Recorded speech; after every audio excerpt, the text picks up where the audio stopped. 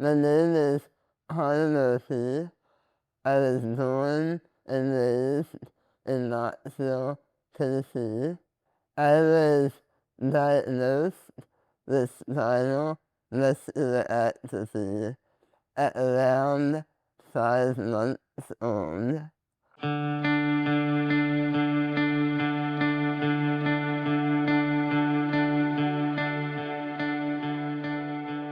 The neurologist just said, take him home and love him, and he'll never see his second birthday, and that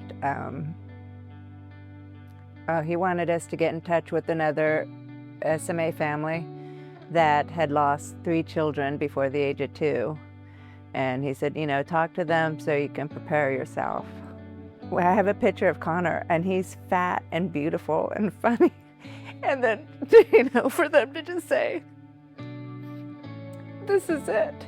He was almost 4 years old when she called us for help. TennCare was not paying for the medical equipment he had to have in order to live. It was something that we worked on and fairly quickly were able to get TennCare to agree, oh yeah, we should be paying for that. I had to quit my job, and but I was completely planning on going back to work. But then my job became taking care of Connor full time. I am severely limited physically, and I have a bad speech impediment. In the high school, I realized that it really did affect me socially.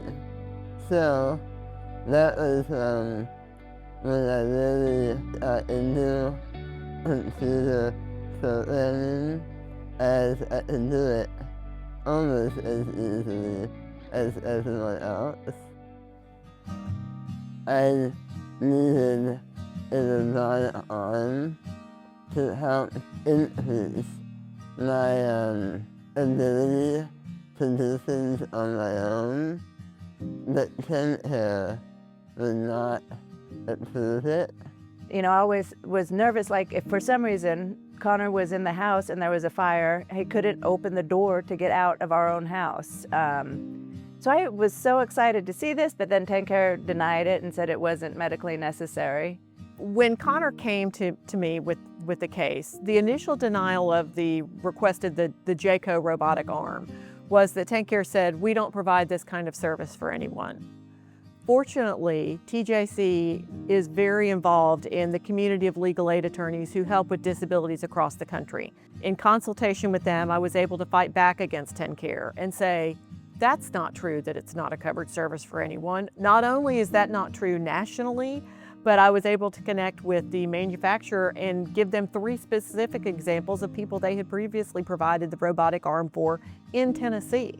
That was a great phone call when I got to call Connor and tell them that the robotic arm was going to be paid for. Like, those are the moments that really keep us all going, because there's a lot of hard times in this work right now. For the people who don't have a voice and who need help more than anybody, to have a place like this that we can go, okay, help. I don't know what to do. We need somebody to guide us, and that's exactly what they did for us. I couldn't imagine not having them, and I can't imagine for all the other families who are looking for help. Right now, I'm finishing up my master's degree. I'm doing research in training AI to monitor the behavior of people with dementia. One of his new advisors said, I can't even imagine just him getting to class, you know, is a challenge, let alone like thriving and doing so well. Recently, I was awarded the prestigious research fellowship. He doesn't want to sit home and collect disability. He wants to be able to work and be out there, but he needs help. People think of it as a dependence, when really for people like Connor, it's the pathway to independence. The services that he receives from Medicaid are what allow him to then develop skills to become a self-sufficient person, which is really his goal. So hearing what all he is doing now just made me feel so proud of him. It made me just feel so grateful that, you know, TJC was there when his mother called us, you know, advocating on the behalf of her small child, wanting her child to thrive. And we were a part of that. I think that it's important that an organization like TJC exists because these programs are so impenetrable.